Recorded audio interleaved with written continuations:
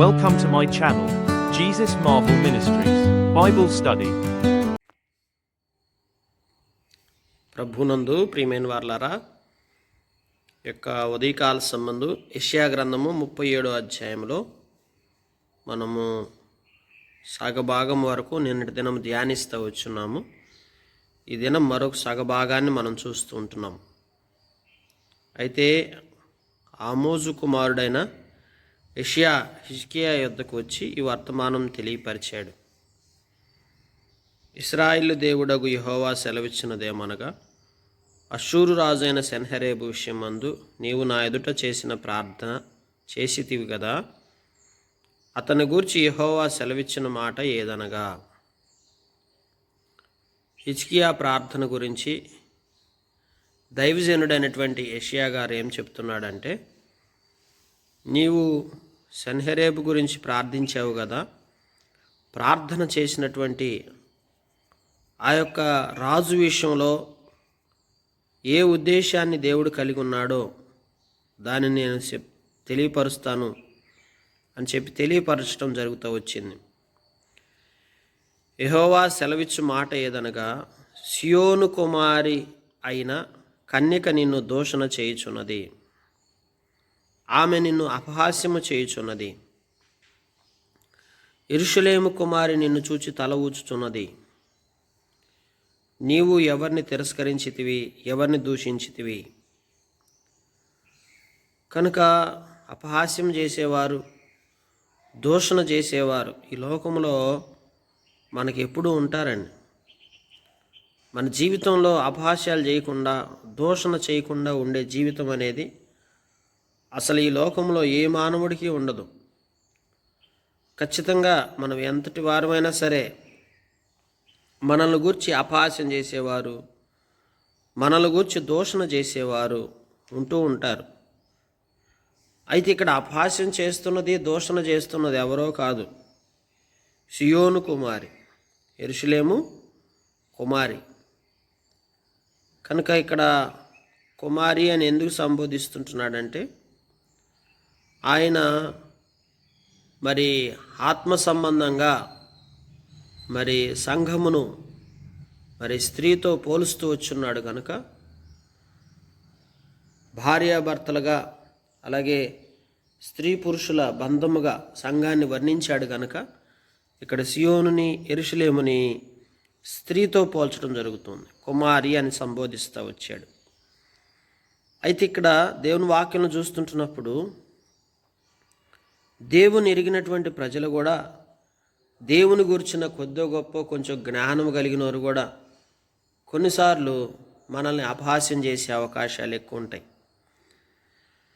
ఎవరో లోకములో అన్ని జనులు దేవుని ఎరగని వారు దేవుని గురించి అపహాస్యం చేయటం వేరు, దేవుని గురించిన కొంచెం జ్ఞానము కలిగి ఉండి కూడా దేవుని గురించిన ప్రజల విషయంలో అపహాస్యం చేయటం వేరు. అయితే ఇక్కడ లేఖనాల్లో మనం చూస్తుంటున్నప్పుడు, నీవు ఎవరిని తిరస్కరించితివి, ఎవరిని దూషించితివి? నీవు గర్వించి ఎవరిని భయపెట్టితివి? ఇశ్రాయేలు పరిశుద్ధ దేవుణ్ణే కదా. కనుక ఎవరిని దూషిస్తుంది, ఎవరిని తిరస్కరిస్తుంది? గర్వించి ఎవరిని భయపెడుతుంటున్నావు? ఈ లోకంలో అండి దేవుని నామాన్ని దూషించగలుగుతామా? దేవుని నామాన్ని తిరస్కరించగలుగుతామా? అందుకనే దేవుని వాక్యంలో మోషే గారి కాలంలోనే దేవుడు 10 ఆజ్ఞలు ఇచ్చినప్పుడు చెప్తా వచ్చున్నాడు, నీ దేవుడైన యెహోవా నామమును వ్యర్థముగా ఉచ్చరింపకూడదు. దేవుని నామాన్ని వ్యర్థముగా ఉచ్చరించే వారిని దేవుడు క్షమించడు. దేవుని మీద తిరస్కరించి, దేవుని దూషించి, దేవుని నామాన్ని వ్యర్థముగా మాట్లాడేవారిని దేవుడు క్షమించడు. అందుకనే పరిశుద్ధాత్మ దేవుని దూషించువానికి ఈ యుగమందైనా రాబో యుగమందైనా కానీ క్షమాపణ లేదంటండి. అందుకనే పరిశుద్ధాత్మ దేవుని ఎప్పుడు దుఃఖపెట్టకూడదు, పరిశుద్ధాత్మ దేవుని దూషణగా మాట్లాడకూడదు.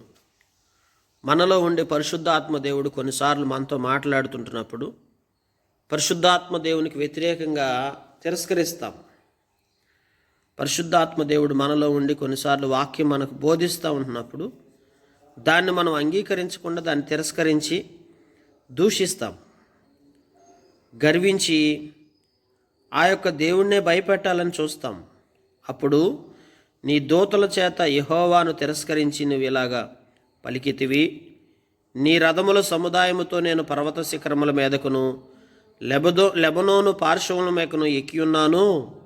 ఎత్తుగల దాని దేవదారు వృక్షములను శ్రేష్టమైన సరళ వృక్షములను పెరికివేసి ఉన్నాను. దాని దూరపు సరిహద్దుల్లోనూ సత్రములోనికి నీ కర్మేలు ఫలవత్తము క్షేత్రమైన అడవిలోనికి నీ ప్రవేశించి ఉన్నాను. చూడండి, వారికి ఉన్న రథాలను బట్టి, వారికి ఉన్నటువంటి బలాన్ని బట్టి ఎత్తుగల దేవదారు వృక్షాలు, సరళ వృక్షాలు నరికివేసి ఉన్నాను. సత్రముల్లోని కర్మేలు ఫలవంతమగు క్షేత్రమైన అడవిలోనికి ప్రవేశించి ఉన్నాను. నేను త్రవ్వి నీళ్లు పానం చేసి ఉన్నాను.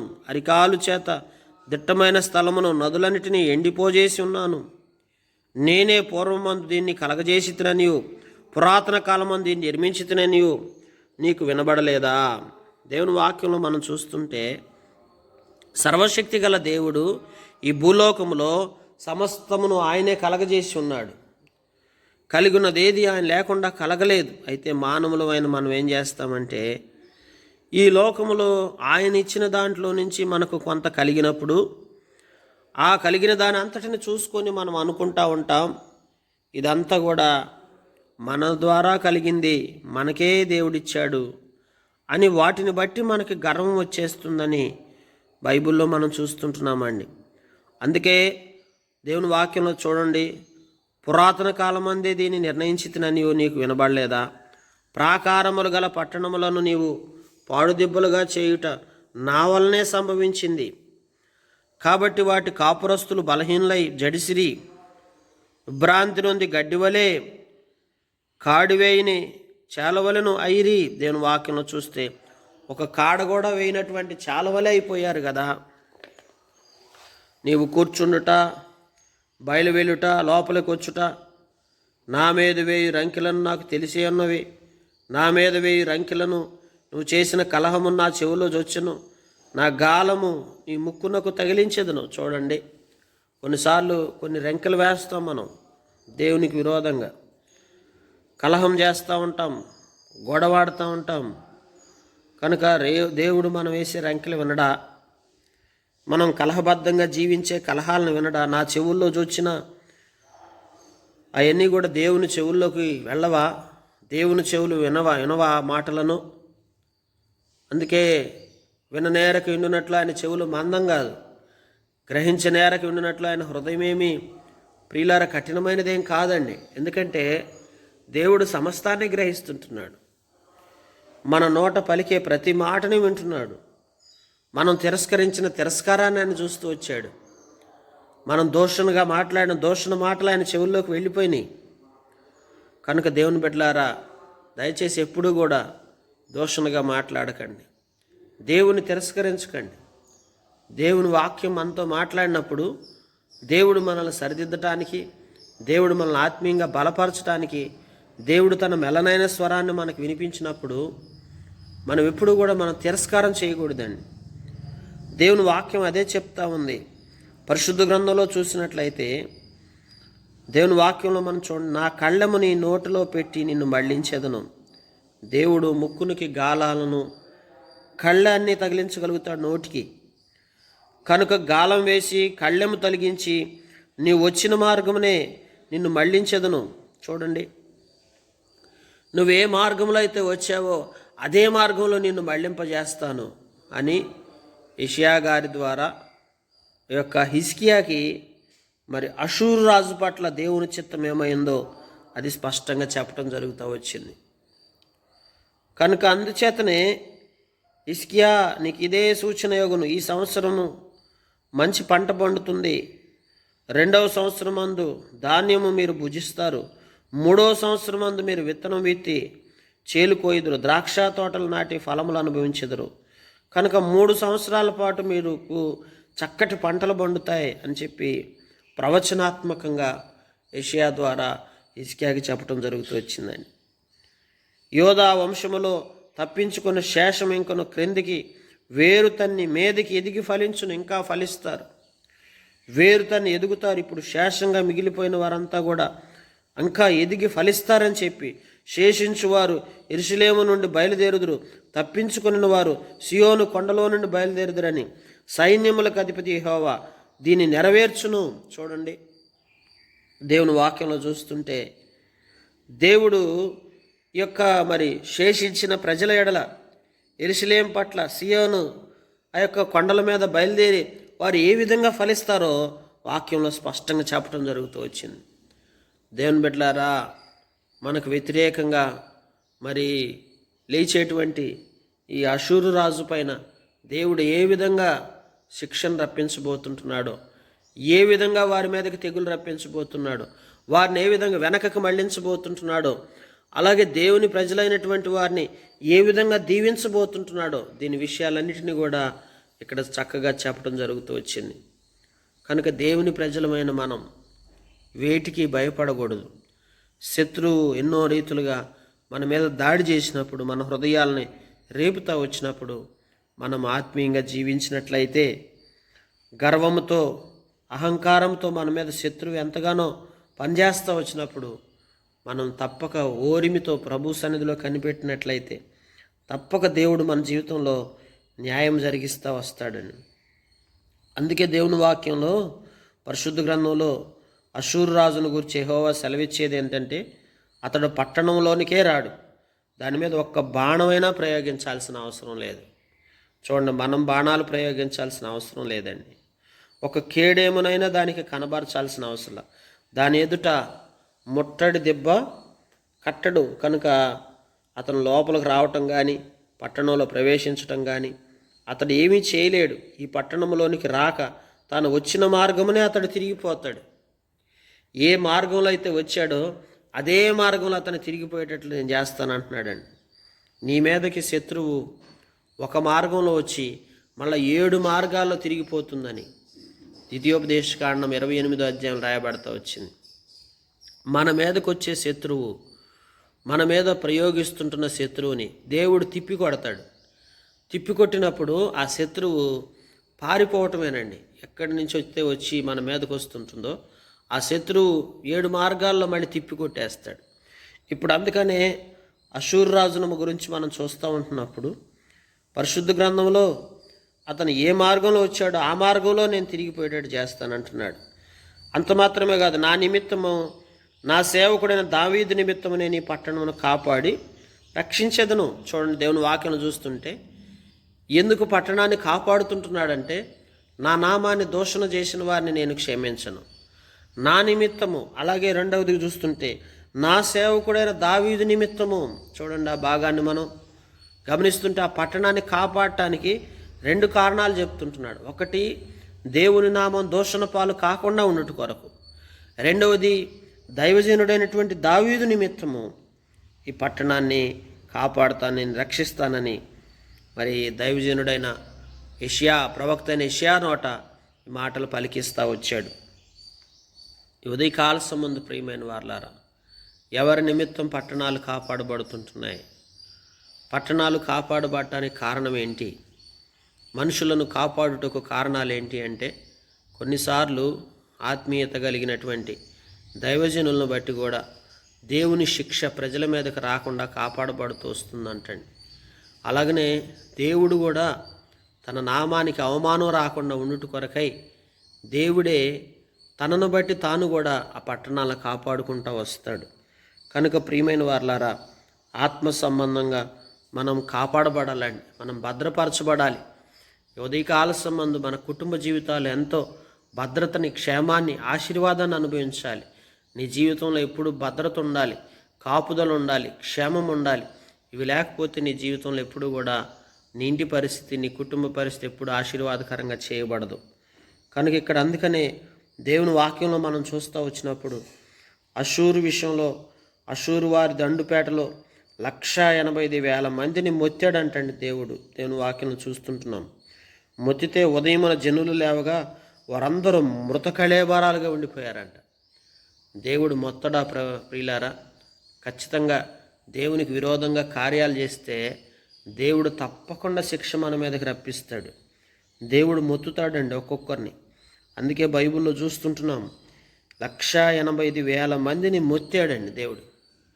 మొత్తితే అందరూ ఉదయం లేవగానే లేచేసరికినే చనిపోతూ వచ్చారు. చూడండి బైబిల్ గ్రంథంలో మృత కళేబారాలాగా తేలిపోతూ వచ్చారు.